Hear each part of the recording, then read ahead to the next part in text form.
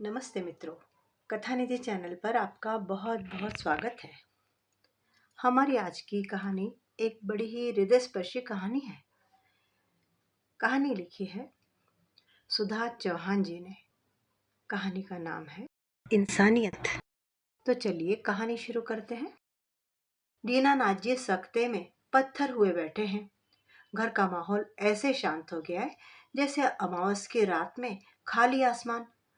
दोपहर में पत्नी के चौथे की रस्म करके वापस आए, तब से घर में गहमा गहमी मची हुई थी। शाम तक दूर दूर के रिश्तेदार तो वापस जाने लगे थे। बचे हुए रिश्तेदार आगे का कार्यक्रम क्या है और कैसे करना है, इस बात पर बैठकर विचार कर रहे थे कि अचानक उनका बड़ा बेटा बोल पड़ा। आप सब देख लो, जैसे भी करना है। अब मैं यहाँ और नहीं रह सकता। मेरी कल शाम की फ्लाइट है, मुझे वापस जाना है। इससे ज़्यादा छुट्टियाँ मुझे मिली नहीं है, और अब वैसे भी जो होना था वो तो हो गया। मेरे यहाँ बैठे रहने से माँ जिंदा तो हो नहीं जाएंगी। दीनानाथ जी के बड़े बेटे की इन बातों ने वहां आए सभी रिश्तेदारों और पड़ोसियों को हैरत में डाल दिया। दीनानाथ जी के दो बेटे हैं, बड़ा बेटा संजीव और छोटा राजीव। राजीव ने तो पहले ही फोन करके आने में असमर्थता जाहिर कर दी थी, जबकि बड़ा बेटा संजीव आया तो उसने ऐसी बातें कही। दीनानाथ जी का कलेजा सुनकर छलनी छलनी हो गया। अपनी ही औलाद के इतने रूखे व्यवहार से आज वह अंदर तक आहत हो चुके थे। पिता के हृदय पर क्या बीतेगी, इस बात से संजीव को रत्ती भर भी फर्क नहीं पड़ता था। अगले दिन तय समय पर संजीव वापस लौट गया। कुछ दिनों में सारे रिश्तेदार भी चले गए। अब घर पर केवल दीनानाथ जी और उनका नौकर राजू ही रह गए थे। दुख और परेशानी से घिरे दीनानाथ जी आज अपनी पत्नी को याद करते हुए डायरी लिखने बैठ गए। उदासी असहनीय हो गई तो उनकी बूढ़ी आंखों से आंसुओं की धार लग गई। डायरी पर फैलते गए आंसू। फिर वे अपनी भावनाओं को शब्दों का रूप देने लगे। सुमित्रा, तुम्हारे स्वर्गवासी होने के बाद मैं कितना अधिक अकेला हो चुका हूँ, तुम शायद यह नहीं समझ सकोगी। तुम क्या गई, ये घर, ये बगीचा, इस घर की तमाम वस्तुएं वीरान हो गई। मेरी तो दुनिया ही उजड़ गई। कितनी तेज रफ्तार दुनिया है ये, जहाँ बेटों के पास ही अपने बूढ़े पिता के पास बैठकर थोड़ी देर बात करने तक का समय नहीं है। हमारे बेटे हमें छोड़कर चले गए, लेकिन उनके जाने के बाद भी हमारे मन ने अपने आप को समझा लिया था। फिर भी हम एक दूसरे के साथ खुश थे। लेकिन तुम्हारे जाने के बाद अकेलापन मुझे काटने लगा है सुमित्रा।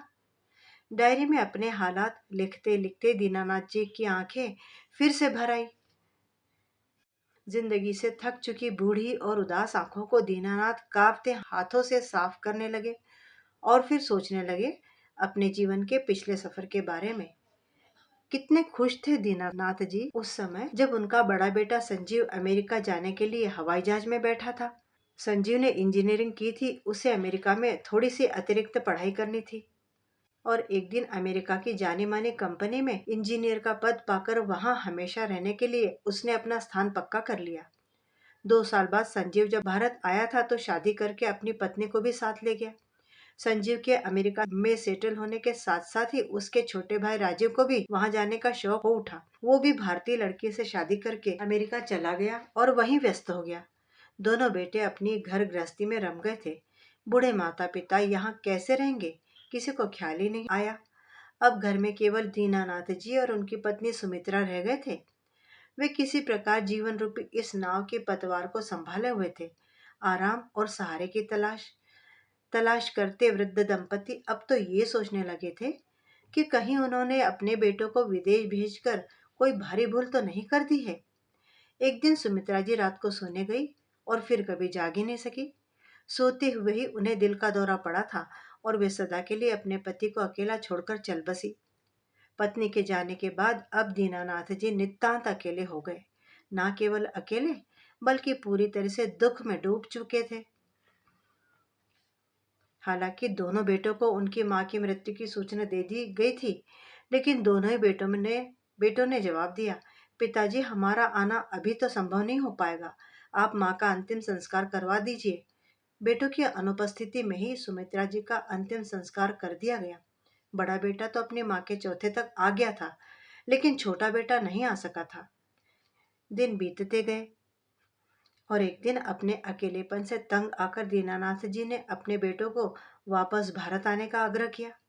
बेटा, तुम तो जानते हो मैं कितना अकेला रह गया हूँ। तुम्हारी माँ के बिना एक एक पल बहुत मुश्किल से गुजर रहा है। ये घर तो जैसे काटने को दौड़ता है। मेरी बाकी बची जिंदगी में अब तुम लोगों के साथ गुजारना चाहता हूँ मैं। इसलिए तुम लोग वापस भारत आ जाओ। तुम्हारे इस बूढ़े बाप को अपनों के साथ की बहुत जरूरत है। रुआसी आवाज में दीनानाथ जी बोले। लेकिन बेटों का उत्तर स्पष्ट था। पिताजी, अब हमारा भारत आकर रहना संभव नहीं है। और वहां अब रह ही क्या गया है। इस तरह का आधुनिक रहन सहन हमें वहां नहीं मिल सकता। बेटों का जवाब सुनकर दीनानाथ जी समझ चुके थे कि उनके बेटे पाश्चात्य रीति रिवाजों के बाशिंदे बन चुके थे। उनमें विवेक कम और झूठी प्रशंसा के तर्क अधिक थे। अपने बेटों की दलीलें सुनकर दीनानाथ जी ने किसी भी बेटे से दोबारा वापस आने के लिए न तो कोई आग्रह किया, न ही कोई जिद ही की। उन्होंने अब चुप्पी साध लेना ही उचित समझा था। बेटे कभी फोन करते थे तो हालचाल पूछने की फॉर्मेलिटी से निभाकर फोन रख देते थे। अब तो धीरे धीरे कभी कभार आने वाले टेलीफोन की घंटियां भी सुनाई देनी बंद हो गई थी। जब भी दीनानाथ जी उन्हें फोन करते तो एक ही जवाब मिलता। पिताजी, अभी मैं व्यस्त हूँ, बाद में बात करूंगा। अब जिंदगी के कटु अनुभवों की धूल में स्वार्थी संतान की यादें धूमिल पड़ने लगी थी। हालात से समझौता करके वे मन मारकर जीने लगे थे। एक दिन जब पड़ोस में रहने वाले वर्मा जी, जो उनके बचपन के दोस्त भी थे, उनके पास आकर बैठे हुए थे और हालचाल पूछ रहे थे, तभी अचानक उनका छोटा बेटा राजीव बगैर अपने आने की सूचना दिए घर आ गया। वर्षों बाद अपने बेटे का मुंह देखकर बच्चों के साथ को तरसते दीनानाथ जी का सारा गुस्सा पलक झपकते ही हवा हो गया। सारे गिले शिकवे भूलकर अपने बेटे को उन्होंने सीने से लगा लिया। तू आ गया बेटा? दीनानाथ जी ने भरी आंखों से अपने बेटे से पूछा तो बोला, पिताजी, मुझे आपकी चिंता सताती रहती है कि आप अकेले यहाँ कैसे रहते होंगे। लेकिन मैं भी क्या करूँ, समय ही नहीं मिल पाता कि कुछ दिन यहाँ आकर आपके पास रह सकूं। आपके पोता पोती भी आपको बहुत याद करते हैं।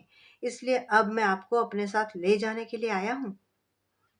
अब बाकी के दिन अपने बच्चों के साथ व्यतीत कीजिए। बेटे ने कहा तो दीनानाथ जी का उदास चेहरा अचानक मुस्कुरा उठा। उनकी आंखों में चमक आ गई। तभी बेटा बोला, पिताजी, अब आप मेरे साथ चले रहे हैं तो यह मकान और दुकान बेच देना होगा। वैसे भी अब यहाँ रखा ही क्या है। अब आप थोड़ी ना वापस आएंगे वहां से। दीनानाथ जी के घनिष्ठ मित्र वर्मा जी, जो कि प्रॉपर्टी डीलर थे, ये सब बातें सुन रहे थे बाप बेटे के बीच की। उन्हें दुनिया का अच्छा खासा अनुभव था।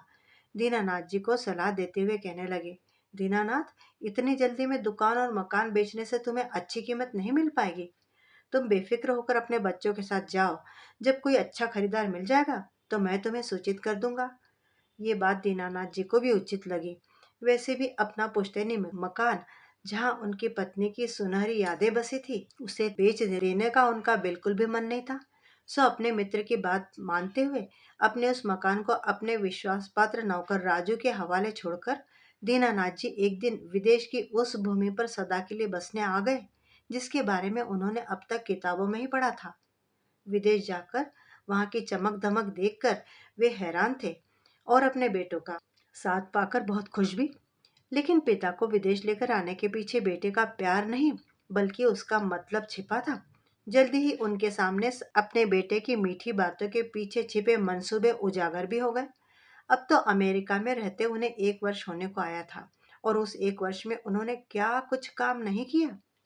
जिस व्यक्ति ने कभी भारत में रहते हुए एक गिलास पानी खुद लेकर नहीं पिया था, अब वह व्यक्ति अपने बच्चों के आदेश पर खाना बनाने और पानी पिलाने तक विवश हो चुका था। अपने घर में रहते हुए उन्होंने कभी एक रूमाल तक नहीं धोया था और अमेरिका आकर बेटे के घर में नौकरों की तरह सारे कपड़े धोते थे। इसके अलावा राजीव के दोनों बच्चों की देखभाल, उनका कमरा ठीक करना, उन्हें स्कूल बस तक छोड़ने जाना, वापस लेने जाना, सबके खाना खाने के बाद रसोई घर में बर्तन धोना अब दीनानाथ जी के लिए आम बात हो चुकी थी। बूढ़ा बाप यह सब कुछ चुपचाप करता जा रहा था। कोई और रास्ता भी तो नहीं था दीनानाथ जी के पास। लेकिन जरूरत से अधिक काम करने की वजह से और बढ़ती उम्र के हिसाब से शरीर पर अधिक भार पड़ने से दीनानाथ जी अब बीमार रहने लगे। जब साधारण पेन किलर और बुखार की दवाइयों ने भी असर दिखाना बंद कर दिया, तो मजबूर होकर राजीव उन्हें डॉक्टर के पास ले गया। डॉक्टर ने कुछ दिन उन्हें अस्पताल में ही रखने को कहा, लेकिन राजीव और उसकी पत्नी पिताजी की बीमारी पर अतिरिक्त खर्च और समय देने को तैयार नहीं थे। दीनानाथ जी का कोई चिकित्सा बीमा तो था नहीं, इसलिए आर्थिक सहायता के लिए अब राजीव ने अमेरिका के सोशल सिक्योरिटी कार्यालय में अर्जी दायर की, तो उन्होंने भी ये कहकर मना कर दिया कि यह सुविधा केवल उन्हीं प्रवासियों को उपलब्ध है जिन्होंने सोशल सिक्योरिटी नंबर के साथ 3 वर्ष तक कार्य किया होगा। ये पता चलने के बाद राजीव और उसकी पत्नी सख्ते में आ गए। दोनों के मंसूबों पर पानी फिर गया, क्योंकि उन्होंने तो सोचा था कि पिताजी को अपने पास बुलाकर रखने से उन्हें एक पंथ दो काज की सुविधा मिलेगी। एक तो उनके दोनों बच्चों को देखने के लिए बेबी सीटर का प्रबंध हो जाएगा, दूसरा सरकार के द्वारा मिलने वाली $500 की सोशल सिक्योरिटी की सहायता भी मिलेगी। अब राजीव और उसकी पत्नी स्वयं को घाटे की स्थिति में पा रहे थे, और बूढ़े बीमार पिता को बिठाकर खिलाना बेटे बहू दोनों को मंजूर नहीं था। उधर दीनानाथ जी की बूढ़ी और अनुभवी आंखों ने भी अपने बेटे और बहू के बदले स्वभाव को पहचानने में देर न लगाई। समझ गए कि अब उनका अपने बेटे और बहू के घर में रहना उन दोनों के लिए बोझ बन चुका है। उन्हें समझते देर न लगी कि राजीव का अचानक से भारत लौटकर आना और उन्हें अपने साथ अमेरिका ले जाना मात्र प्रेम और अपनत्व का एक झूठा दिखावा था। सच तो ये था कि उन्हें अपने दोनों बच्चों की देखभाल के लिए किसी नौकर की जरूरत थी, और अब जब वे खुद बीमार रहने लगे तो बूढ़ा लाचार बाप बेटे और बहू के लिए बोझ बन चुका है। बेटे बहू के रवैये से यह स्पष्ट भी हो चुका था। एक दिन उन्होंने राजीव से कहा, बेटा मेरा यहाँ रहने से कोई मतलब तो निकलता नहीं है, बेहतर होगा कि मुझे भारत भेजने का प्रबंध कर दो। इतना सुनते ही राजीव गुस्से में आ गया और बहू का पारा तो 7वें आसमान पर चढ़ गया। वह चिल्लाकर बोली, क्या समझ रखा है आपने हमें? कोई कुबेर का खजाना नहीं मिल गया है हमें, जिसे जब चाहे जितना चाहे खर्च कर ले? हवाई जहाज का टिकट भी कम से कम $2000 का आएगा। कहाँ से आएगा इतना पैसा? अब क्या हम खुद को ही बेच दें आपके लिए? अपने बेटे के सामने बहू के मुंह से ऐसी बातें सुनकर दीनानाथ जी स्वयं को जमीन में गड़ने जैसी स्थिति में पा रहे थे, और फिर राजीव की तरफ देखते हुए रुआंसे स्वर में बोले, तो बेटा मुझे संजीव के घर ही भेज दो, कम से कम तुम पर तो ज्यादा भार नहीं पड़ेगा। इस पर राजीव अपनी पत्नी से भी अधिक झुंझलाता हुआ बोला, आपको क्या लगता है, क्या मैंने उससे बात नहीं की होगी? अरे 2 दिन पहले ही मैंने बड़े भैया को फोन किया था, लेकिन भैया और भाभी दोनों में से कोई भी आपको रखने के लिए तैयार नहीं है। उनका कहना है कि मैं ही आपको लेकर आया हूँ, तो अब इस मुसीबत को केवल मैं ही जानूं और भुगतूं। राजीव के मुंह से ऐसी अनहोनी बात सुनकर दीनानाथ अपना माथा पीटने लगे। वे समझ गए थे कि किसी को उनसे कोई सरोकार नहीं है।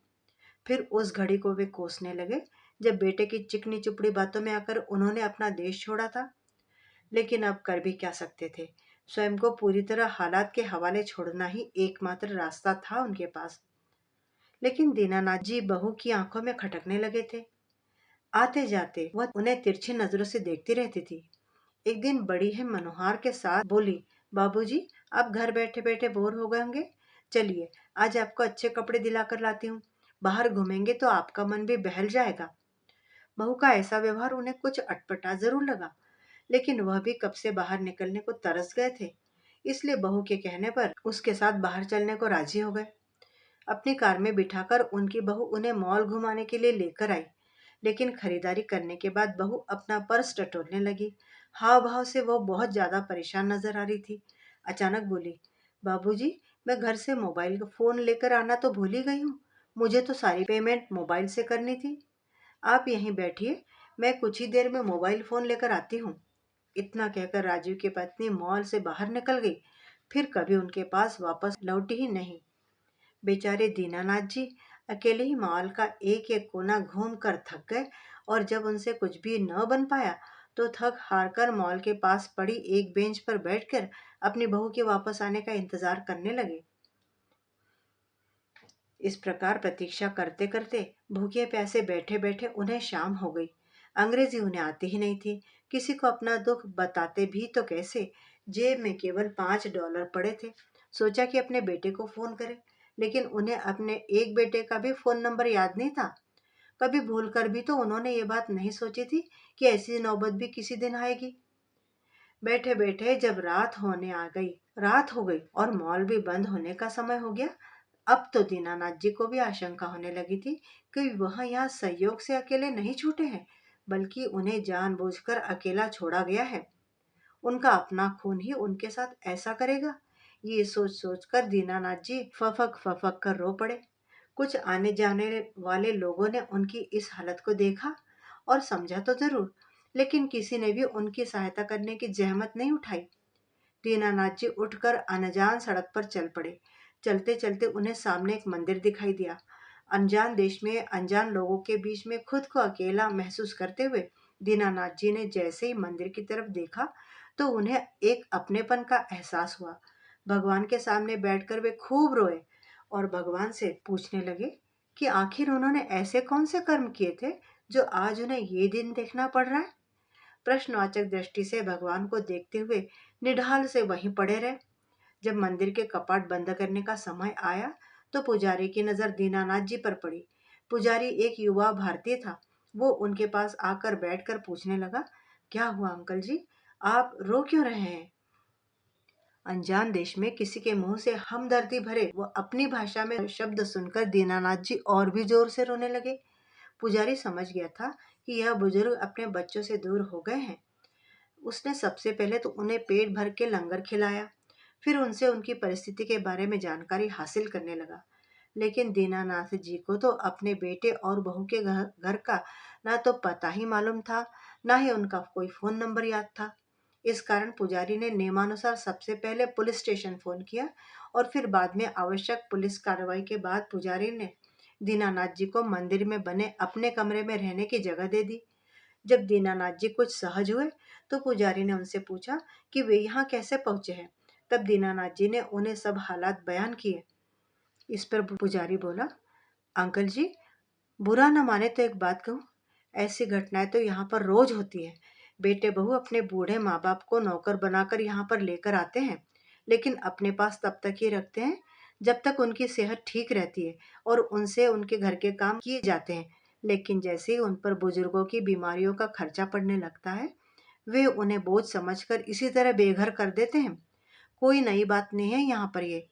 पुजारी की बात सुनकर दीनानाथ जी की आंखें फटी की फटी रह गई।